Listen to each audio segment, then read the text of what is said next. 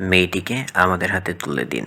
এই পরিবর্তে আপনাদের যত টাকা লাগবে আমি দিব, তবে মেয়েটিকে আমার চাই, সেটা যে কোনো মূল্যেই হোক না কেন। মিস্টার রবিন এবং তার স্ত্রী মিসেস রেবেকা লোকগুলোর মুখোমুখি সোফায় বসে আছেন। তাদের মুখে ভয়ের পাশাপাশি আতঙ্কের ছাপ স্পষ্ট।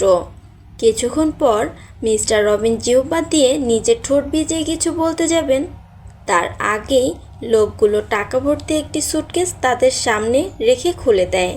মিসেস রেবেকার যেন এতগুলো টাকা দেখে চোখ ছানা বড়া হয়ে যায়। জীবনে প্রথম সে এতগুলো টাকা চোখের সামনে দেখতে পাচ্ছে। সে একবার তার স্বামীর দিকে তাকায়। মিস্টার রবিনও টাকাগুলোর দিকে থ হয়ে তাকিয়ে আছেন। তাদের দিকে তাকিয়ে ভিক্টর একটা তাচ্ছিল্যের হাসি দিয়ে বলে, ঠিক 2 দিন সময় দিলাম। আপনাদের 3 দিনের দিন মেয়েটিকে আমাদের হাতে তুলে দিবেন। আপাতত এই টাকাগুলো রাখুন। মেয়েটাকে আমাদের কাছে তুলে দিলে এর চেয়ে ডাবল পাবেন। মিস্টার রবিন ভিক্টর তাদের দিকে তাকালো। তার মুখ দিয়ে যেন কোনো কথাই বের হচ্ছে না। সামনে পায়ের ওপর পা তুলে বসে থাকা লোকটার চেহারাও সে সঠিকভাবে দেখতে পারছে না, শুধু দেখছে একটি লোক, স্যুট পরা। লোকটার চোখে সানগ্লাস আর মুখে মাস্ক পরা। তাদের সামনে সোফায় একদম আয়েশি ভঙ্গিতে বসে আছে। তার পেছনে দাঁড়িয়ে আছে 3 জন বডিগার্ড। তিনি কিছু বলার আগেই তার স্ত্রী পাশ থেকে তাড়াহুড়োয় বলে ওঠে, হ্যাঁ রাজি, আমরা রাজি আছি। আপনারা 2 দিন পর এসেই ওকে নিয়ে যেতে পারবেন, আমাদের কোনো সমস্যা নেই একদমই। ভিক্টর হালকা বাঁকা হেসে সেখান থেকে উঠে পড়ে। তুমি এটা কি করলে? আয়নাকে তাদের হাতে তুলে দিতে চাইলে? ওরা আয়নার সাথে যদি খারাপ কিছু করে? মিসেস রেবেকা ভ্রু কুঁচকে ফোঁস করে নিঃশ্বাস ছেড়ে বলে, তোমার বোনের মেয়ের বাড়িতে বসে শুধু অন্ন ধ্বংস করা ছাড়া আর কী বা করেছে? সারাদিন শুয়ে বসে কি সব সাইপাস লিখতে থাকে? এই মেয়েকে দিয়ে যদি আমাদের কাছে এত এত টাকা আসে তাহলে তো আমাদেরই লাভ। আনায়ার মামা তার স্ত্রীর দিকে চুপ করে তাকিয়ে থাকে। তার স্ত্রী আবারও বলতে থাকে, এছাড়াও ঘরে আমাদের মেয়ে বড় হচ্ছে, ওই তো আয়ানার সমবয়সী, ওকেই তো বিয়ে দিতে হবে। আবার তোমার ছেলেটারও তো ভবিষ্যৎ আছে, তাই না? সব কিছুতেই আমাদের অনেক টাকার প্রয়োজন। সব ভেবেই এই সিদ্ধান্ত নিয়েছি। তুমি আর কথা বাড়িও না, আমি যা করছি ভেবে চিন্তেই করছি। আনায়ের মামা আর কথা বাড়ালেন না, কারণ তার ধারণা তার স্ত্রী ঠিকই বলেছেন। ঘরের কোণার ছোট্ট টেবিলটা আজ অনেকটা গোছানো, তবুও আনায়ের মনে জট লেগে আছে। পর্দা সরিয়ে জানালার বাইরে তাকিয়ে থেকেও মন যেন পড়ে আছে খাতার ভাঁজে। হাতে ধরা কলম, সামনে খোলা ডায়েরি, তবুও আজ শব্দেরা কিছুতেই ধরা দিচ্ছে না। শব্দের মতোই বেঁকে বসেছে মনটাও। নিচতলা থেকে কিছুক্ষণ আগে ভেসে এসেছিল কিছু অচেনা কণ্ঠ। ভেতরে একটা অস্বস্তি ছড়িয়ে দিলেও আনায়া সেসব গুরুত্ব দেয়নি। এ বাড়িতে আসার পর থেকেই তার জীবনে যা ঘটে তার অনেকটাই সে জানে না, জানার প্রয়োজনও মনে করে না। আনায়ের জীবনটা যেন দুধারে বন্ধ এক সরু গলি, যার শেষ মাথায় শুধু লেখার স্বপ্ন। সে জানে সে ভিন্ন, সে জানে এ বাড়িতে তার কোনো জায়গা নেই। শুধু সহ্য করে নেওয়া হয়, সময় কাটিয়ে দেওয়া হয়। শুধু একজন, তার নানু আপা, যিনি নিঃশর্তে ওকে ভালোবাসেন। বাকি সবাই যেন শুধু তাকে দেখে বোঝা হিসেবে। মা বাবার স্মৃতিও আজ যেন ঝাপসা হয়ে এসেছে তার মনে। ছোট্ট বয়সে তারা চলে গিয়েছিল এক অপ্রত্যাশিত দুর্ঘটনায়, আর সেই থেকে এই বাড়িতেই বেড়ে উঠেছে আনায়া। প্রতিদিন, প্রতি মুহূর্তে মামির কটূক্তি, অবজ্ঞা আর ঠান্ডা অপছন্দের দেয়ালে দেয়ালে আটকে থেকেও নিজের স্বপ্নটা আঁকড়ে ধরে রেখেছে সে। মামাতো বোন শেইলি মাঝে মাঝে চেপে ধরে তাকে, বিদ্বেষে, হিংসায়। আজও দরজার কোণায় দাঁড়িয়ে বলে ওঠে, কি সব গাদাগাদি লিখিস রে? তুই কি ভাবিস তোর মতো বলদ কেউ লেখা হয়? কি সব ভাষা, মাথায় কিছু ঢোকে না। হাসি পায় তোকে দেখে। আনায়া তাকায় না, প্রতিবাদও করে না। এই কথাগুলো অনেকবার শুনেছে সে। প্রতিবার নতুন কষ্ট হয় ঠিকই, কিন্তু এখন সেগুলো বুকের মধ্যে আর নতুন করে থরথর করে না। তবু আজ মনটা ভার হয়ে আছে। কলমটা পৃষ্ঠা ছুঁয়ে থাকে অনেকক্ষণ, কিন্তু কোনো শব্দ তৈরি হয় না। এক ফোঁটা নিঃশব্দ দীর্ঘশ্বাস শুধু বেরিয়ে আসে ঠোঁটের কোণ থেকে। আনায়া জানে না তার চারপাশে ঠিক এখনই এক ভয়ঙ্কর ষড়যন্ত্র জন্ম নিচ্ছে। সে জানে না 2 দিন পর তার জীবনে নেমে আসতে চলেছে এক তীব্র ঝড়। নিচতলার বসার ঘরে উত্তেজনার ঝাঁজ ছড়িয়ে পড়েছে। মিস্টার রবিন চুপচাপ দাঁড়িয়ে, চোখ নামানো, আর তার সামনে দাঁড়িয়ে তার বৃদ্ধ মা। আনায়ার নানু আপা, চোখ দুটো অশ্রু আর রাগে লাল। তিনি থরথর করে কাঁপা গলায় বলে উঠলেন, তুই কি পাগল হয়েছিস রবিন? একটা বাচ্চা মেয়েকে, যে তোর বোনের শেষ স্মৃতি, তাকে তুই বিক্রি করে দিবি? টাকা কি এতটাই দরকার হয়ে গেছে যে তোর বিবেকও বিক্রি করে দিলি? রবিন কিছু বলতে চাচ্ছিলেন, কিন্তু তার মা থামিয়ে দিলেন। না, তুই চুপ কর। আমি সব শুনেছি। ওই লোকেরা যখন টাকার সুটকেস রাখলো, তোর বউ যখন হ্যাঁ বলল, আমি ওপরে উঠতে গিয়ে দরজার আড়ালে দাঁড়িয়ে শুনেছি সব কিছু। আর আজ আমি লজ্জায় মরে যাচ্ছি।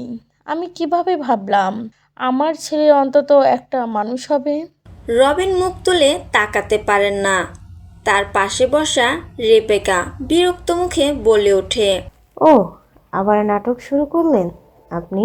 আপনার এই অতিরিক্ত আবেগই এই বাড়ির বড় সমস্যা। আর আয়ানা, ও তো বাড়তির ঝামেলা। দিনের পর দিন বসে বসে কেবল গান্ডে ফিন্ডে গিলিয়ে যাচ্ছে আর কী সব সাইপাস লেখে। আর তো কোনো কাজই লাগে না। খাই পড়ে পড়ে থাকে। দায়িত্ব তো আমাদের গাড়িই বলুন। নানু আপা কাপা হাতে পাশের টেবিল ধরে দাঁড়িয়ে থাকেন। দায়িত্ব? যে বাচ্চাটা জন্মের মা বাবাকে হারিয়েছে, তার দায়িত্ব তো তোমাদের নেওয়ার কথা ছিল সম্মানের সাথে। অথচ তোমরা তাকে একটা বোঝা ভাবো। রেবেকা, আমি জানতাম তুমি আয়ানাকে অপছন্দ করো, কিন্তু এতটা নিষ্ঠুর তুমি হতে পারো সেটা ভাবিনি। হ্যাঁ, আমি নিষ্ঠুর, কারণ বাস্তবতা বুঝি। এই বাড়িতে আমাদের নিজের মেয়ে আছে, ছেলে আছে, তাদের ভবিষ্যৎ আছে। আয়ানা আমার কোনো রক্তের সম্পর্ক না। আর যদি ওকে দিয়ে কিছু টাকা আসে, তাহলে সেটা নষ্ট করার মানে হয় না। একদিন তোমরা বুঝবে রেবেকা, মানুষ টাকায় সব কিনতে পারে না, কিন্তু তখন হয়তো অনেক দেরি হয়ে যাবে। তুমি একটা নিষ্পাপ মেয়ের ওপর যা করছো তা বিচার এই পৃথিবীতেই করে দেবে। নানু আপা ধীর পায়ে ঘর ছেড়ে বেরিয়ে যান। পেছনে রেবেকার মুখে বিরক্তির ছাপ, আর রবিন দাঁড়িয়ে থাকে থমথমে বাতাসের মধ্যে, মাথা নিচু করে। শুধু কানে বাজে মায়ের শেষ কথাগুলো। আনায়া আমার বংশের অভিশাপ না। সে একদিন তোমাদের গর্ব হবে যদি তার আগে তাকে শেষ না করে দাও। রাত গভীর, বাড়ির সবাই ঘুমিয়ে পড়েছে। হঠাৎ ঘরের দরজায় খুব হালকা ঠক ঠক শব্দ হয়। আনায়া তখনও জেগে। ডায়েরির পাতায় শব্দটা আসছে না, মনেও চলছিল কেমন অস্থিরতা। সে দরজা খুলতেই দেখে নানু আপা দাঁড়িয়ে, হাতে একটা ছোট কাপড়ের পোটলা। আয় বোন, নিচে আমার ঘরে আয়, তোর সাথে একটু কথা আছে। আনায়া কিছু না বুঝে ধীর পায়ে তার হাত ধরে নেমে আসে নিচে। নানু আপার ঘরটা সারাদিনের মতোই পরিচ্ছন্ন। জানালার পাশে রাখা কাঠের চেয়ারে বসে তিনি খুব আস্তে বললেন, আয়, এই খাতা আর এই চাবির ছড়াটা রাখ। আনায়া অবাক হয়ে বলে, এগুলো কি নানু আপা? নানু আপা এবার আস্তে করে তার মাথায় হাত রেখে বলেন, পালিয়ে যা বোন, এখান থেকে পালিয়ে যা। এই বাড়ি, এই মানুষগুলো তোর ভালো চায় না। আনায়া স্তব্ধ হয়ে যায়। কি বলছো তুমি? আমি কিছুই বুঝি না। কোথায় যাব আমি? নানু আপার গলাটা কেঁপে ওঠে, চোখের কোণ বেয়ে গড়িয়ে পড়ে কয়েক ফোঁটা অশ্রু। তিনি থরথর করে বললেন, তোকে ব্যাখ্যা করার মতো শক্তি নেই আর বোন, শুধু বিশ্বাস রাখ আমার ওপর। আমি তোকে ওদের হাতে তুলে দিব না। তুই আমার বুকের একটা অংশ। আমি বাঁচি বা না বাঁচি, তুই যেন বাঁচিস। তিনি থামলেন।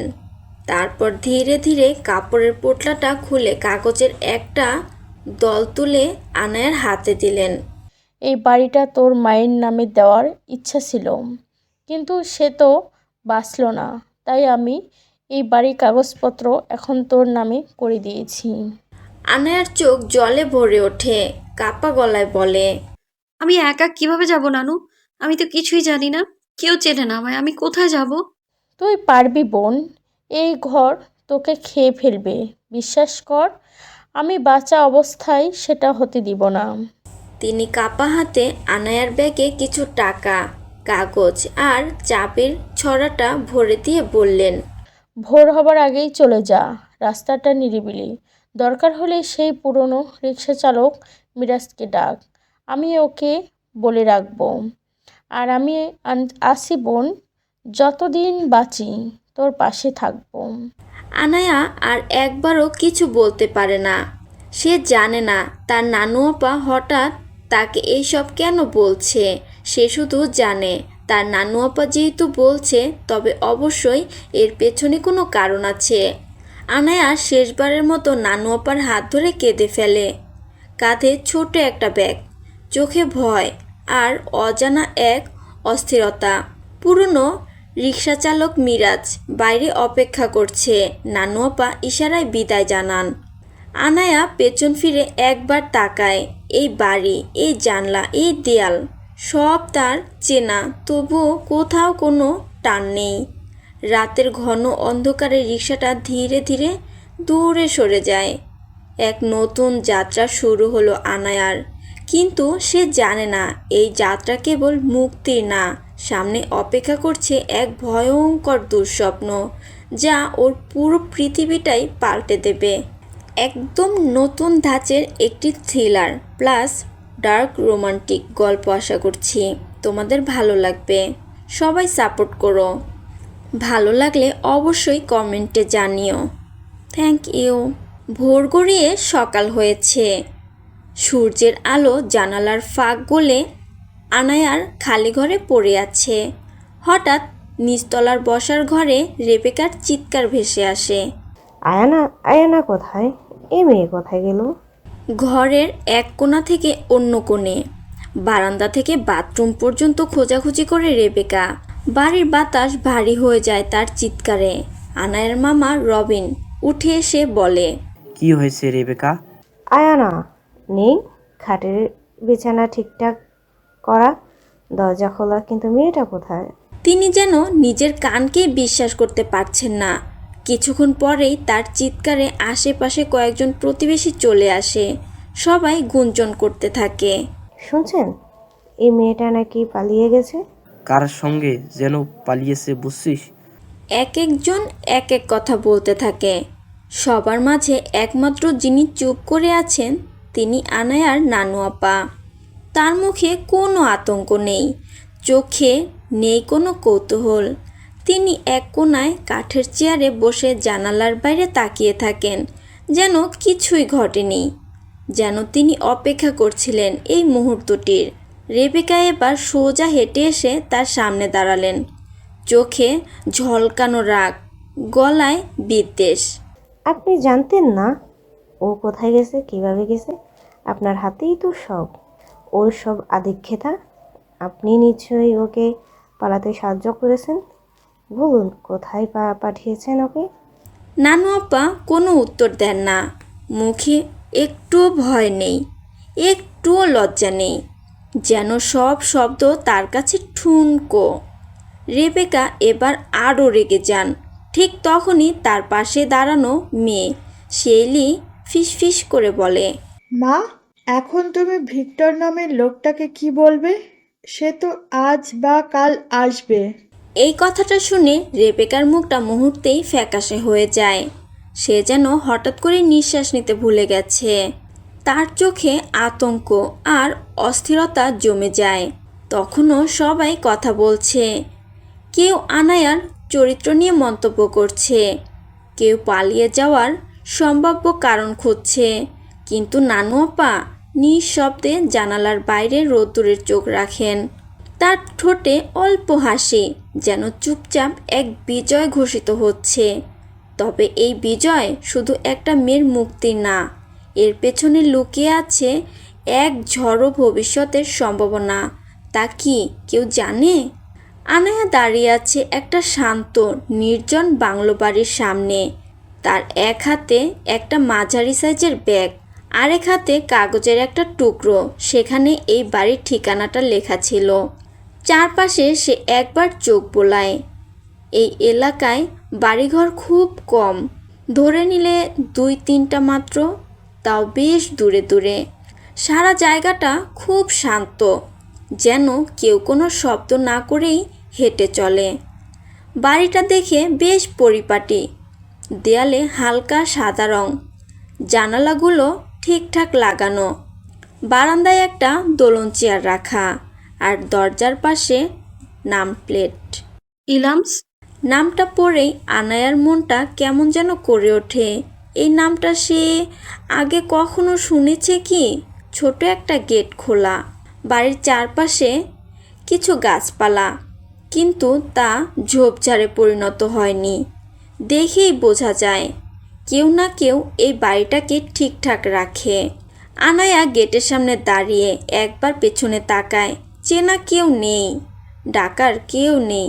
চারিদিকে নীরবতা যেন তাকে বলছে, এগিয়ে যাও আনায়া, গেট ঠেলে ভিতরে ঢোকো। বাড়ির ভেতরে পা রেখেই প্রথম যে জিনিসটা চোখে পড়ে তা হলো এক অদ্ভুত রকমের নীরবতা। না, ভয়ঙ্কর কিছু নয়, বরং এক ধরনের শীতল প্রশান্তি। 3-4 ধাপ এগিয়ে আসতেই দরজার পাশে দাঁড়িয়ে থাকা এক বৃদ্ধ কণ্ঠে ডাক দেন, আপা, আপনি নিশ্চয়ই আনায়া? আনায়া চমকে তাকায়। বৃদ্ধ লোকটির মুখে মায়া মেশানো হাসি, গলায় নম্রতা, পরনে সাদা লুঙ্গি, পাতলা সোয়েটার মতো জামা, চোখে মোটা ফ্রেমের চশমা। আমি রফিক মিয়া, আপনার নানার বন্ধু ছোট ভাই। অনেক বছর ধইরা এই বাড়ির দেখাশোনা করি। আপনার নানু ফোনে জানিয়েছেন যে আপনি আসবেন। এই বলেই তিনি দরজাটা পুরোপুরি খুলে দেন। আনায়ার কেমন যেন গলার কাছে আটকে থাকা কষ্টটা একটু হালকা হয়। এক কাপড়ে এক ব্যাগে সে কত কষ্ট নিয়ে এসেছিল এখানে যেন কেউ অন্তত অপেক্ষায় ছিল তার জন্য। বাড়ির ভেতরের সাজগোজ সাধারণ কিন্তু স্নিগ্ধ। ঘরগুলো ঝাঁঝালো গন্ধমুক্ত, জানালায় বাসন্তী রঙের পর্দা, মেঝেতে পরিচ্ছন্ন কার্পেট, সব কিছুতেই একটা যত্নের ছাপ। রফিক মিয়া তাকে একটা ঘরে নিয়ে যান। এই ঘরটা আপনার জন্য রাখা ছিল, আপনি হাত মুখ ধুয়ে নিন, আমরা ততক্ষণে খাবার গরম দিচ্ছি। ঘরটা ছিল উজ্জ্বল পরিপাটি, জানালার পাশে কাঠের ডেস্ক, ছোট একটা বুক সেলফ, আর এক কোণে আয়না। আনায়া ব্যাগ রেখে একটু সময় নিয়ে ফ্রেশ হয়, নিচে নেমে এসে খেতে বসে। পাতে গরম ভাত, ডাল, ভাজি আর ডিমের ঝোল। সাধারণ খাবার, কিন্তু এতদিন পর এত যত্নে সাজানো খাবার দেখে তার গলা ভরে হয়ে যায়। সাধারণ খাবার, কিন্তু এতদিন পর এমন যত্নে সাজানো খাবার দেখে তার গলা ভার হয়ে আসে। আবু চাচা চুপচাপ পাশে দাঁড়িয়েছিলেন, কিছু বলছেন না, শুধু মাঝে মাঝে জিজ্ঞেস করছেন। আনায়া ধীরে ধীরে খেতে থাকে। বাইরের আলো তখন নরম হয়ে আসছে। দিন গড়িয়ে যাচ্ছে বিকেলের দিকে। খাওয়া শেষে সে একবার ছাদে উঠে যায়। ছাদে হালকা বাতাস, চারপাশে গাছের ডাল ভেসে আসে দোল খেয়ে। দূরে কয়েকটা পাখি ভেসে যাচ্ছে আকাশের গায়ে। আনায়া ছাদের রেলিংয়ে ভর দিয়ে দাঁড়িয়ে থাকে কিছুক্ষণ। সব কিছু এতটাই শান্ত যে সে যেন ভুলেই যায় কতটা ঝড় পেরিয়ে এসেছে সে এখানে। সন্ধ্যা নেমে এলে সে নিজের ঘরে ফিরে আসে। জানালার পর্দা টেনে হালকা আলো জ্বালিয়ে ব্যাগ থেকে ডায়েরি বের করে। লিখতে চায় অনেক কিছু, কিন্তু শরীরটা কেমন দুর্বল লাগে, কলম ধরে রাখতে কষ্ট হয়। তারপর হঠাৎ করেই নানুর মুখটা মনে পড়ে যায় তার সেই চুপচাপ চোখ, গলা নামিয়ে বলা কথা, আর শেষ মুহূর্তে বলেছিলেন, এই বাড়িটা তোর জন্য নরক, তুই এখান থেকে পালিয়ে গেলেই বেঁচে যাবি রে। আনায়া চোখ বন্ধ করে ফেলেন, নীরবভাবে রাতের খাবার খেয়ে নেয়। তারপর ধীরে ধীরে শরীরটা বিছানায় এলিয়ে দেয়। রাত গভীর, ঘরটা অন্ধকার, শুধু জানালার ফাঁক গলে চাঁদের আলো বিছানায় পড়ছে। ঘুমে ঢলে পড়া আনায়ার মনে হঠাৎ অদ্ভুত একটা অনুভূতি হয়। কেউ যেন তাকে খুব কাছ থেকে গভীরভাবে দেখছে, একদম নিঃশ্বাস ফেলার মতো দূরত্ব থেকে। চোখ হঠাৎ খুলে যায় তার। বিছানার পাশে অন্ধকারে কেউ নেই, আলো জ্বলছে না, পিনপতন নীরবতা। তবুও বুকের ভিতরে কাঁপুনি লাগে। একবারে নিঃশব্দে সে চারপাশে চোখ বুলায়। হঠাৎ তার চোখ আটকে যায় দরজার দিকে। দরজাটা হালকা ভাঁজ করা, ভেতরে ঢোকার মতো না, কিন্তু পুরোপুরি লাগানোও না। কিন্তু সে তো বন্ধ করেই ঘুমিয়েছিল। আনায়ার ঠোঁট শুকিয়ে আসে, তারপর নিজেকে ধাতস্থ করে নেয়। হয়তো ভুলে গিয়েছিলাম, আজ অনেক ক্লান্ত ছিলাম তো। নিজেকে বোঝায় সে। ধীরে ধীরে উঠে গিয়ে দরজাটা ঠিক করে লক করে দেয়। ঘরের বাতাসে তখনও এক অদ্ভুত ভারী অনুভব। সে আবার শুয়ে পড়ে, চোখ বন্ধ করে। কিন্তু এবার ঘুম আসতে একটু বেশি সময় লাগে, আর মনে হতে থাকে, আসলে কি আমি একা, নাকি কারো চুপচাপ নজর সত্যিই আমার আশেপাশে চারপাশে ঘুরে বেড়াচ্ছে? রোদটা এখনও ঝলমলে হয়নি, বাতাসে হালকা ঠান্ডা ছোঁয়া। আনায়ার চোখ খুলে যায় আপনাতেই। কোনো ঘড়ির অ্যালার্ম নয়, তার নিজের ভেতরের অভ্যাসেই যেন তাকে জাগিয়ে দেয়। বিছানায় উঠে বসে সে, একটু গা টান টান করে নেয়। তারপর ধীরে পা মেলে জানালার কাছে যায়। জানালা খুলতে একটা ঠান্ডা ভেজা ভেজা বাতাস মুখে এসে লাগে। সূর্যের কাঁচা আলো গায়ে মেখে চোখ বন্ধ করে দাঁড়িয়ে থাকে আনায়া। এই কিছু মুহূর্ত যা সে প্রতিদিন নিজের জন্য বাঁচে, যেখানে সে নিঃশব্দে চারপাশের প্রকৃতি শোনে, পাখির ডাক, দূরের একটা পুকুরে বকের উড়াউড়ি, আর গাছের পাতায় হালকা দোল। তবে আজকের সকালে তার শান্তি ভাঙে খুব দ্রুতই। চোখ খুলে ঘুরে দাঁড়াতেই তার চোখ আটকে যায় টেবিলের দিকে। টেবিলের উপর একটা কাগজ রাখা, অদ্ভুত রঙের, কালো, একটা পুরো রুক্ষ কাগজ, যা সে কাল রাতে দেখেনি এবং তার মনে নেই সে কোনো কাগজ ওখানে রেখেছিল। ধীরে ধীরে কাছে গিয়ে কাগজটা তুলে নেয় আনায়া। চোখের ভেতর জড়ো হয় প্রশ্ন, এটা কে রাখলো, কখন, কিভাবে? তার আঙুল কাঁপে না, কিন্তু বুকের ভিতর যেন একটা চাপা ঠেলা লাগে। সাদা কালি দিয়ে লেখা, অদ্ভুতভাবে জ্বলজ্বল করছে সেই লেখাগুলো। রিয়েক্ট কমেন্ট করুন বেশি বেশি। রাজধানী শহরের এক আভিজাত্য ভবনে 13 তলা। ভিক্টর চেয়ারে বসে জানালার বাইরে তাকিয়ে আছে। তার চোখ ঠান্ডা, মুখে কোনো অভিব্যক্তি নেই। হাতের আঙুলে ধীরে ধীরে একটা রিং ঘুরিয়ে চলেছে। ঠিক তখনই দরজা ঠেলে ঢোকে এক বিশ্বস্ত সহকারী, রনি। সে একবার দম নিয়ে বলে, স্যার, একটা মুহূর্ত নীরবতা। আনায়া মেয়েটি পালিয়ে গিয়েছে। ভিক্টরের ঠোঁটের কোণে হালকা এক বাঁকা হাসি খেলে যায়। পালিয়েছে? ভয়ঙ্কর ঠান্ডা উচ্চারণ, তাতে না আছে রাগ, না আছে উত্তেজনা, শুধু এক অদ্ভুত শীতল ব্যঙ্গ। আপনার কথা মতো আজ সকালে মেয়েটার খোঁজ নিতে গিয়েছিলাম, আর গিয়েই প্রতিবেশীদের কাছে এইসব শুনে এলাম। তার মামা মামি কথা দিয়েছিল, কিন্তু মেয়েটা সেদিনই ভোরের আলো ফোটার আগেই পালিয়ে গিয়েছে। মেয়েটা কোথায় গিয়েছে কেউ কিছু জানে না। ভিক্টর এবার চেয়ার থেকে ধীরে উঠে দাঁড়ায়, একটু হেঁটে দেয়ালের কাছে গিয়ে দাঁড়ায়।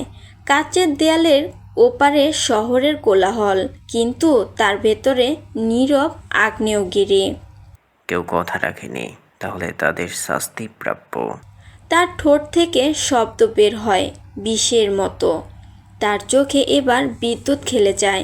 সে ঘুরে রনির দিকে তাকায়, কণ্ঠস্বর শেইলি, মেয়েটাকে তুলে আনো। স্যার, ওকে। আনায়ার বদলে না, আনোয়ারের জায়গায় অন্য কেউ নিতে পারবে না। শেইলিকে তুলে আনতে বলছি, কারণ ওর মা বাবা কথা দিয়েছিল আনোয়ারকে আমাদেরকে দিবে। তারা ব্যর্থ হয়েছে, তাই তাদের হৃদয়ে আঘাত করা দরকার। ওই মেয়েটা শেইলি তাদের সবচেয়ে দুর্বল জায়গা। ওকে বন্দি করে রাখো। যতদিন না আনোয়ারকে ফেরত পাই, ততদিন শেইলি আমার উপহার। রনির মুখ শুকিয়ে যায়। খেয়াল রেখো, বাঁচিয়ে রেখো, কিন্তু ভুলে যেও না আমি কাকে শাস্তি দিচ্ছি। সেটা যেন তার পরিবার বুঝতে পারে প্রত্যেকটা নিঃশ্বাসে। ভিক্টর আবার নিজের রিংটা ঘোরাতে থাকে। আমি কাউকে ক্ষমা করি না, আর প্রতারণা আমার সামনে কেউ করে না দ্বিতীয়বার। আনায়া ছাদে দাঁড়িয়ে কোনো এক কল্পনার রাজ্যে ডুবে আছে। বিকেলের আলো গা ছুঁয়ে যাচ্ছে মৃদু স্পর্শে। চুলগুলো এলোমেলো হয়ে কপালে এসে পড়েছে। তার চোখে ঝুলে আছে অস্থিরতা। হাতে ধরা সেই কালো খামে মোড়ানো চিঠি, তীক্ষ্ণ হাতে লেখা ছোট্ট কয়েকটা শব্দই যেন এক একটা শ্বাসরোধকারী ছুরি। Be ready to be mine, my lovebird. চোখ মেলে আকাশের দিকে তাকায় আনায়া। এত সুন্দর একটা আকাশের নিচে দাঁড়িয়ে থেকেও তার বুকের ভেতরে কেমন অন্ধকার জমে আছে। কে লিখেছে চিঠিটা? কিভাবে এখানে এলো? এই বাড়ির ঠিকানা তো কেউ জানে না। আনায়ার কপালে চিন্তার ভাঁজ আরও গাঢ় হয়। হঠাৎ একটা শীতল স্রোত বয়ে যায় তার মেরুদণ্ড বেয়ে। হাওয়া থেমে গেছে যেন। পেছনে কোথা থেকে যেন এক অদ্ভুত অনুভূতি হচ্ছে। কেউ দাঁড়িয়ে আছে খুব কাছে, খুব খুব কাছে। এমনভাবে যেন সে বুঝতে পারছে আনায়ার নিঃশ্বাসের গতি। সে শুনতে পাচ্ছে তার বুকের ধুকপুকুনি। আনায়া নিঃশ্বাস টেনে নেয়। আনায়া ধীরে ধীরে পেছন ফিরে তাকালো। সেই মুহূর্তেই যেন সময়টা থেমে গেল। 4-5 হাত দূরে থাকা অপরিচিত পুরুষটি অন্ধকারে ঢেকে থাকা শহরের ব্যাকড্রপে এক অদ্ভুত সৌন্দর্যের ছবি হয়ে দাঁড়িয়েছিল। চোখ আটকে যাওয়ার মতো দৃশ্য, যেন কেউ নিখুঁতভাবে তাকে এঁকে পাঠিয়েছে। সে পরনে ছিল কালো ফুল স্লিভ শার্ট, বুকের দুটো বোতাম খোলা, হাতে গুটানো হাতার ফাঁকে কেবল দৃঢ়তা। নিচে ডিপ গ্রে ট্রাউজার আর পায়ে চকচকে হালকা চামড়ার বুট।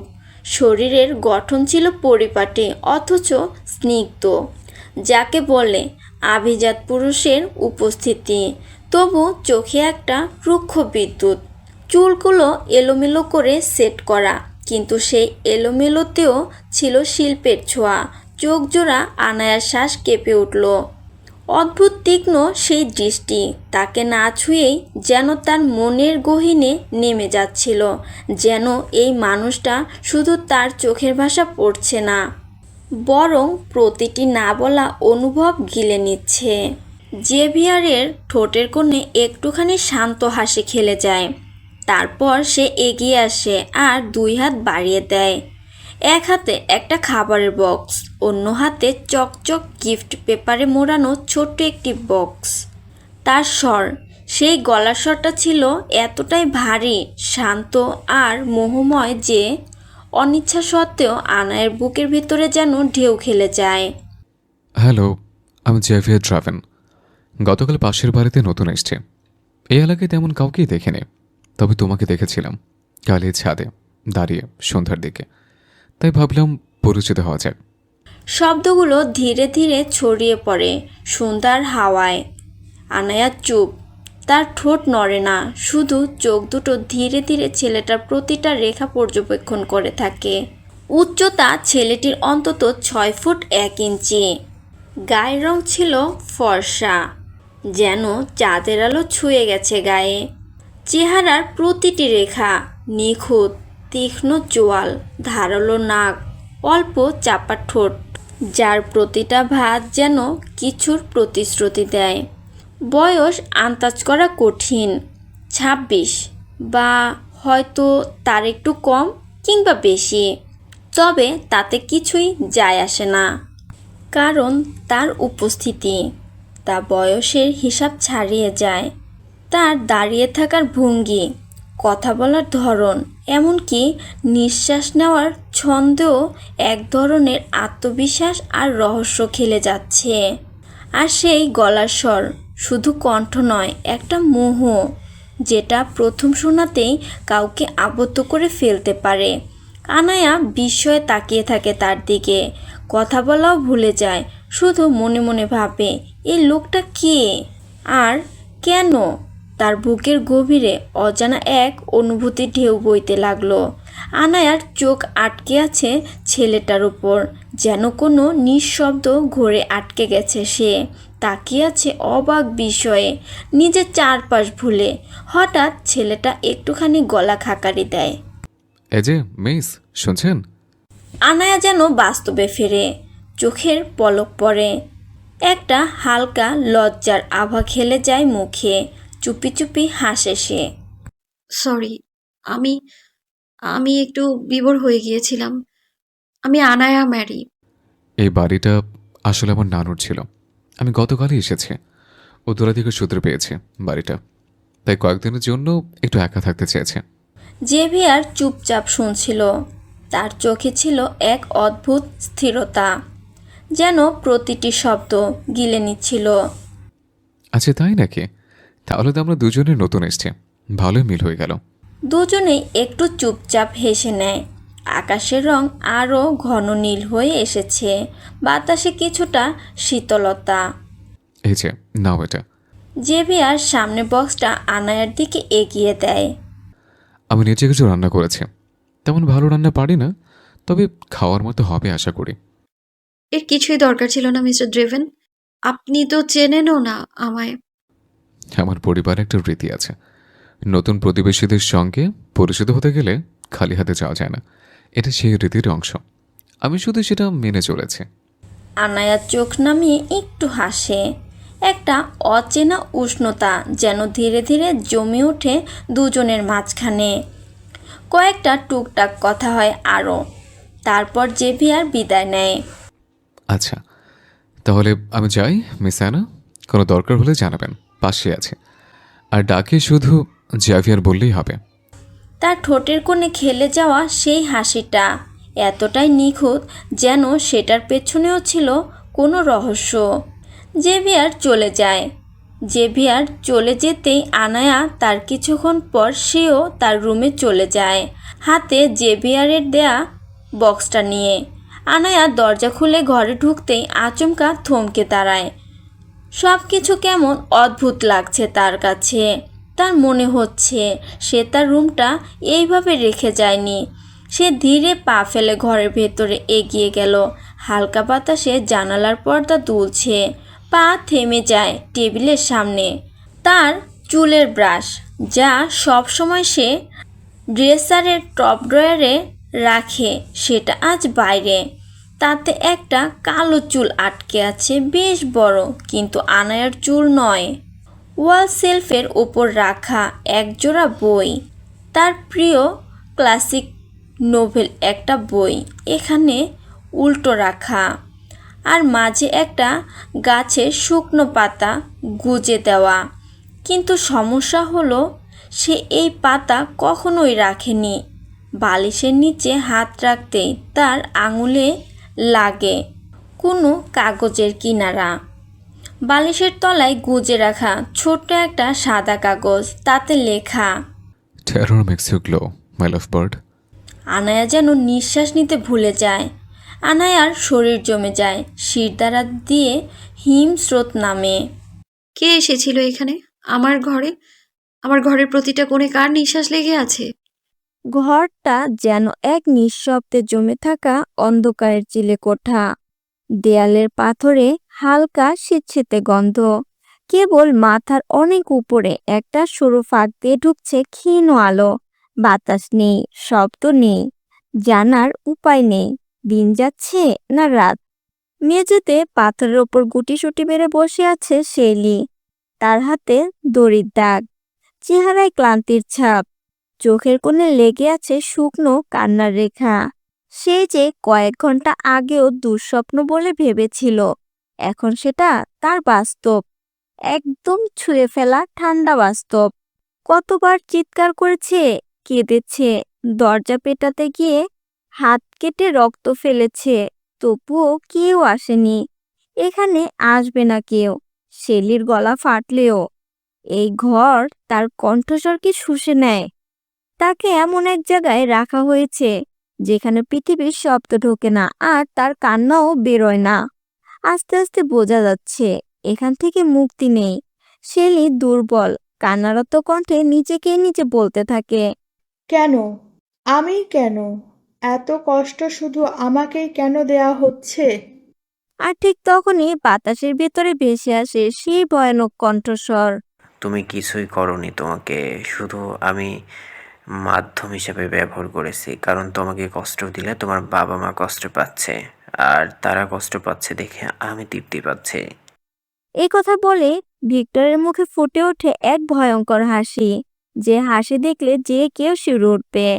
রাত তখন অনেকটা গভীর, বাকিদের ঘুমিয়ে পড়ার শব্দ যেন আরো বেশি নিস্তব্ধতা নিয়ে আসে আনায়ার চারপাশে। ঘরটা নিঃশব্দ, নিস্তরঙ্গ, কিন্তু আনায়ার ঘুম আসছে না কিছুতেই। কেন যেন বুকের ভিতরে একটা অজানা অস্বস্তি, এক ধরনের অচেনা অস্থিরতা কাজ করছে আজ সারাদিন ধরেই। চুপচাপ বিছানা ছেড়ে উঠে বারান্দায় আসে সে। আকাশটা মেঘে ঢাকা, বাতাসে হালকা শীতের আমেজ। বারান্দায় দাঁড়িয়ে কিছুক্ষণ চোখ মেলে তাকিয়ে থাকে অন্ধকারের দিকে, ঠিক যেন কোনো অদৃশ্য কিছু খুঁজছে। হঠাৎই তার চোখ আটকে যায় তার নিজের ঘরের নিচে। অন্ধকারের গাঢ়তলে একটা ছায়া সরে যেতে দেখল সে। মাত্র কয়েক সেকেন্ডের ঝলক, কিন্তু এতটাই স্পষ্ট ছিল যে ভুল দেখার কোনো সুযোগ ছিল না। আনায়ার কাঁপুনি ধরে যায়, কান যেন তালা লেগে গিয়েছিল এক মুহূর্তে। শরীর অবশ হয়ে আসছিল, অথচ চোখ খুলেছিল পুরোপুরি। সে আর এক মুহূর্ত দাঁড়ায় না, হুড়মুড় করে ঘরে ঢুকে দরজা লাগিয়ে দেয়, পেছনের তালাটাও ভালো করে আটকে দেয়। তারপর হেঁটে আসে বিছানায়, চোখ বন্ধ করে শুয়ে পড়ে। কিন্তু তার মন জানান দিচ্ছে সে একা নেই। ঘরের প্রতিটি কোণ থেকে যেন কেউ তাকে গিলছে চোখ দিয়ে। এমন অনুভূতি আগেও হয়েছে তার। বাড়ি থেকে বের হলেই মনে হতো কেউ অনুসরণ করছে। অস্বস্তিতে বিছানা ছেড়ে উঠে দাঁড়ায় আনায়া, লাইটের সুইচে হাত বাড়ায়। ঠিক তখনই পাশের টেবিলের ওপর রাখা একটা ফুলদানি আচমকা তার কনুইয়ের আঘাতে পড়ে গিয়ে ভেঙে যায়। আনায়া চমকে যায়। ঘরের বাতি জ্বালিয়ে তাড়াতাড়ি নিচু হয়ে ফুলদানির টুকরো তুলতে গিয়ে হঠাৎই চোখে পড়ে একটা অদ্ভুত জিনিস, একটা ছোট গোল ক্যাপসুলের মতো বস্তু। সে হাতে তুলে নেয়, চোখ বড় হয়ে যায় তার। CCTV camera. তাকে অবাক করে দেয়া নয়, আতঙ্কিত করে ফেলার মতো ক্যামেরা ঘরের ভেতরে গোপনে লাগানো হয়েছে। কে কে করেছে এটা? কখন? কেন? শরীর ঠান্ডা হয়ে আসে। সে কাঁপতে কাঁপতে পুরো ঘরটাকে খুঁটিয়ে খুঁটিয়ে দেখতে শুরু করে। জানলার পর্দা, বুক শেলফ, টেবিলের নিচ, দরজার ফাঁক সব খুঁটিয়ে খোঁজে, অথচ কোথাও কিছু পায় না। তবু বুকের ভিতর থেকে একটা কণ্ঠস্বর বলে ওঠে। একমাত্র একটা ক্যামেরা তো হবে না।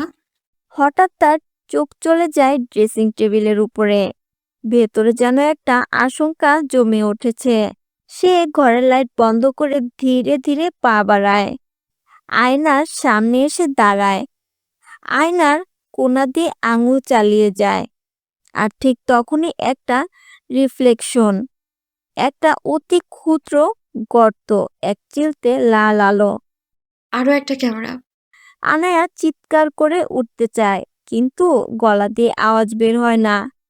দুই হাতে আয়না ঠেলে ফেলে দেয় সে। কাঁচ ভেঙে পড়ে যায় টুকরো টুকরো হয়ে। ভাঙা আয়নার টুকরোতে পড়ে থাকা সেই ক্যামেরাটা দেখে বুক ধক করে উঠল। তাকে দেখা হচ্ছে দিনরাত ঘুমের ভেতরেও, হয়তোবা তার গোপন কিছু। তার নিরাপত্তা, গোপনতা আর নিজস্বতার দেয়াল ভেঙে গিয়েছে চুপিসারে। সে দম বন্ধ করে কিছুক্ষণ দাঁড়িয়ে থাকে। চারপাশ ঘিরে এক অদৃশ্য শ্বাস যেন হাড়ে হাড়ে ছুঁয়ে যাচ্ছে তাকে। আনায়া তখনও জানে না এই নজরদারি কেবল তার শরীরের ওপর নয়, তার জীবন, তার অতীত, তার ভবিষ্যৎ, সব কিছুর ওপর। হঠাৎ দরজার ওপাশ থেকে ভেসে এলো হালকা কড়া নাড়ার শব্দ। আনায়ার পায়ের নিচে জমিন যেন সরে গেল, শরীরের সব রক্ত যেন মাথায় উঠে গেল এক মুহূর্তে। কেউ আছে এই রাতের গভীরে, তার ঘরের দরজার সামনে, ভেবেই যেন তার আত্মা বেরিয়ে যাচ্ছে। সে চেঁচাতেও পারছে না, এই নির্জন জায়গায় সে চেঁচালেও কেউ শুনবে না। হঠাৎ দরজার ওপাশ থেকে ভেসে আসে এক কণ্ঠস্বর। অ্যানা, শুনছো? তুমি ঠিক আছো? পরিচিত সেই কণ্ঠস্বর। আনায়া যেন এক মুহূর্তে হালকা হয়ে যায়, বুকের ওপর চাপা এক পাথর নেমে যায় কিছুটা। সে তাড়াতাড়ি এগিয়ে দরজাটা খুলে দেয়। সামনে দাঁড়িয়ে জেভিয়ার, মুখে উদ্বেগের ছাপ, হাতে একটা ছোট টর্চ, পরনে ট্র্যাকস্যুট, চোখে গভীর নজর। তুমি ঠিক আছো তো? জেভিয়ার নরম গলায় বলে। আনায়া চুপ করে দাঁড়িয়ে থাকে, কোনো জবাব দেয় না। আমি আমার পোষা কুকুরটা খুঁজতে বেরিয়েছিলাম বাইরে। হঠাৎ তোমার ঘর থেকে কিছু ভাঙার শব্দ শুনলাম, খুব তীব্র লাগলো। তাই ভাবলাম কোনো বিপদ হলো নাকি। আনায়া কিছু বলতে পারে না, ঠোঁট কাঁপছে, গলার ভেতর যেন কিছু আটকে আছে, শুধু ফেল ফেল করে তাকিয়ে থাকে তার দিকে। জেভিয়ার আর অপেক্ষা করে না, ভেতরে ঢুকে চারপাশে চোখ বোলায়। তার দৃষ্টি আটকে যায় ভাঙা আয়নায়, ছড়িয়ে থাকা কাচের টুকরো আর সেই ছোট্ট ক্যামেরার উপর। চোখের কোণ কুঁচকে যায় ওর। সে ধীরে ধীরে আনায়ার দিকে এগিয়ে আসে, কাঁধে একটা সান্ত্বনার হাত রেখে বলে। কি হয়েছে বলো তো? এগুলো সব কিভাবে হলো? আনায়া আর ধরে রাখতে পারে না, গলাতে এক গাঢ় কান্নার আওয়াজ বেরিয়ে আসে। সে ভেঙে পড়ে, জেভিয়ারের সামনে বাচ্চাদের মতো কেঁদে ওঠে। জেভিয়ার, আমি অনেক দিন ধরে টের পাচ্ছিলাম কেউ কেউ দেখছে আমায়, যেন ছায়ার মতো পেছনে পেছনে নজর রাখছে। আমার ঘরে আমার ঘরে লুকিয়ে ক্যামেরা লাগানো। আমার গোপন কিছুই আর গোপন নেই। আমি আমি মানসিকভাবে ভেঙে পড়েছি। জেভিয়ার কিছুক্ষণ নীরবে তাকিয়ে রইল আনায়ার কান্না ভেজা মুখের দিকে। চোখে কোনো ভয় নেই, না আতঙ্ক, একটা অদ্ভুত স্থিরতা, যেন এসব কিছুই তাকে নাড়া দিচ্ছে না। তুমি আজকের মতো ঘুমিয়ে পড়ো, কাল দেখা যাবে এসব। আজ অনেক রাত হয়েছে। একটু থেমে চোখ ঘোরালো চারপাশে, তারপর হঠাৎ জিজ্ঞেস করলো। তোমাদের বাড়ির কেয়ারটেকার কোথায়? সে থাকে না? সে কিছুদিনের জন্য গ্রামের বাড়ি গিয়েছে, এক আত্মীয় অসুস্থ। জেভিয়ার মাথা নাড়ল। ঠিক আছে, এখন ঘুমিয়ে পড়ো। যদি আবার কিছু হয় আমাকে ডেকো। অনেক রাত হয়েছে, আমি যাচ্ছি।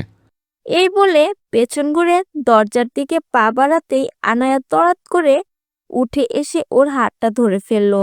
চোখে টলটলে জল, ঠোঁট থরথর করছে ভয় আর কাঁপুনিতে। যে ওরা আমার একা ভয় করছে জেভিয়ার। জেভিয়ার থেমে দাঁড়ালো, ধীরে ধীরে ঘুরে তাকালো ওর দিকে। তারপর কিছুক্ষণ আনায়ার দিকে এক দৃষ্টিতে তাকিয়ে থাকলো। নিঃশব্দ সেই চোখে যেন এক অদ্ভুত গভীরতা। আমার এখানে থাকা সম্ভব নয়।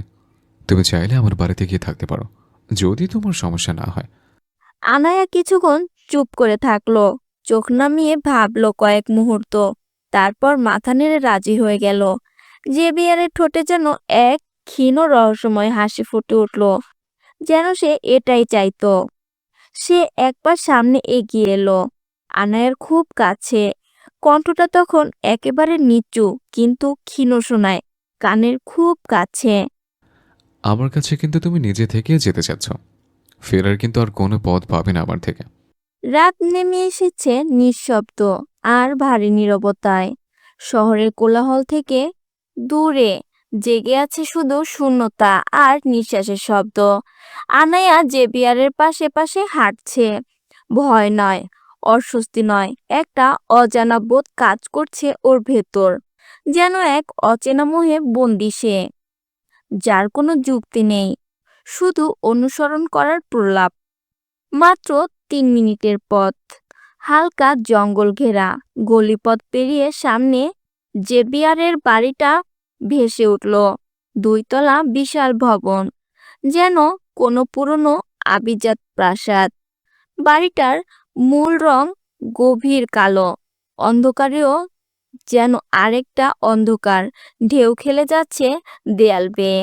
বাইরের দেয়ালে আধুনিক আর প্রাচীন স্থাপত্যের সংমিশ্রণ, জানালাগুলো লম্বা, খিলান প্রকৃতির, আর ছাদের কিনারে পাথরের পাখি মূর্তি বসানো। পুরো বাড়িটায় একরকম শীতল, অথচ কল্পনাতীত রকম রুচিশীলতা। ভেতরে যেতেই আনায়া বিস্ময়ে অবাক হয়ে যায়। সামনে হলঘরে বিশাল এক ঝাড়বাতি, যেন ছাদের সঙ্গে ঝুলে থাকা কোনো দামি অলংকার।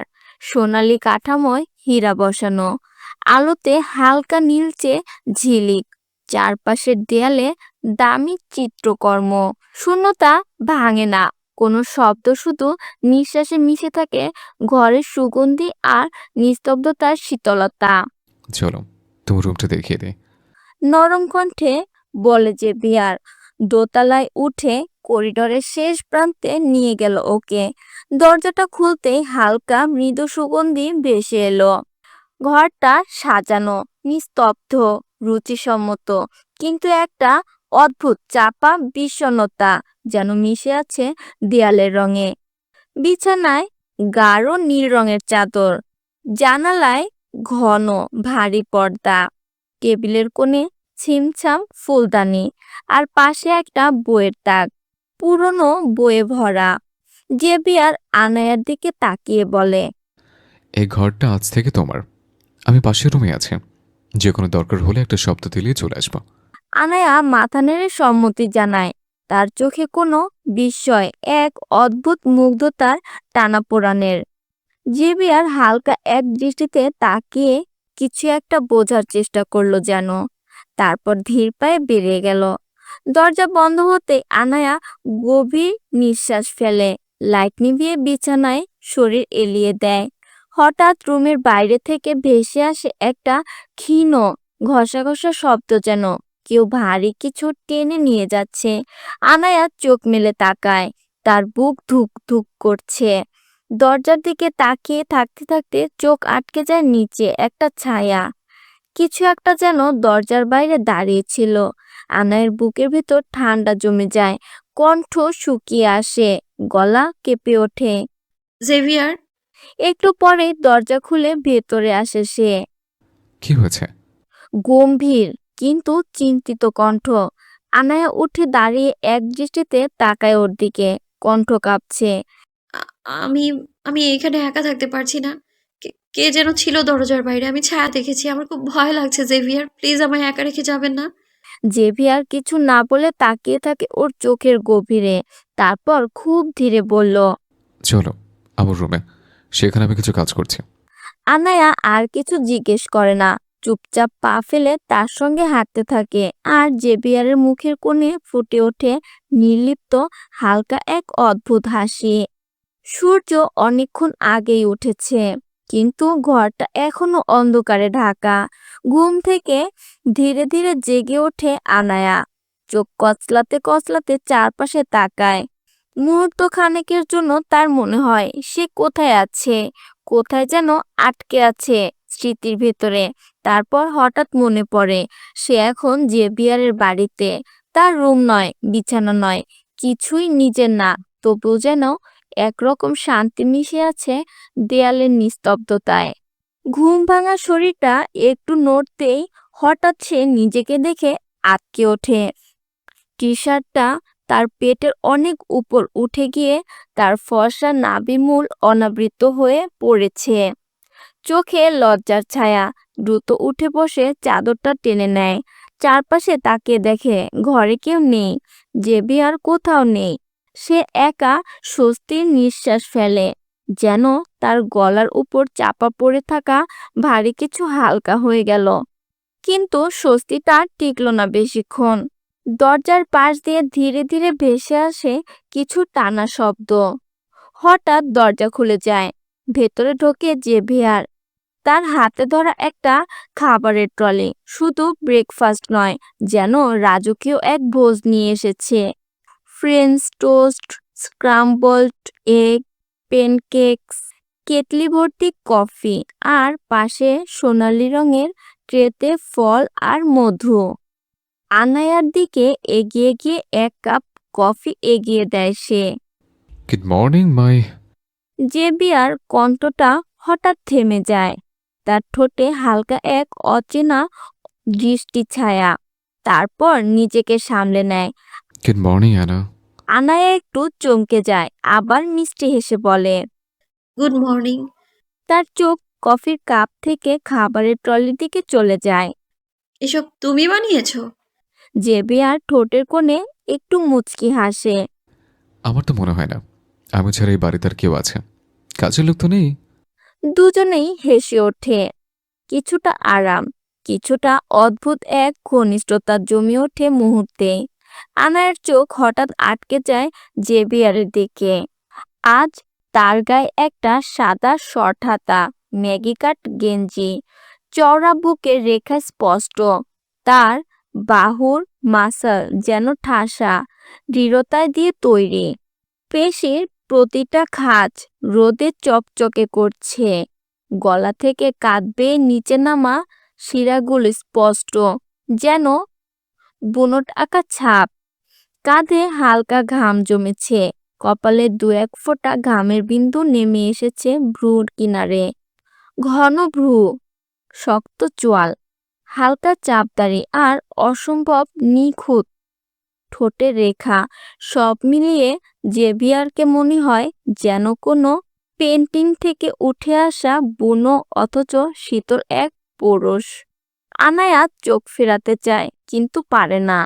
হালকা আলোয় স্পষ্ট দেখা যায় ওর ঘাড় বেয়ে নামা শিরাগুলো, চাপা দাড়িতে ঝাপসা হয়ে থাকা চোয়ালের রেখা, আর তীক্ষ্ণ ঠোঁটের নিখুঁত বাঁক।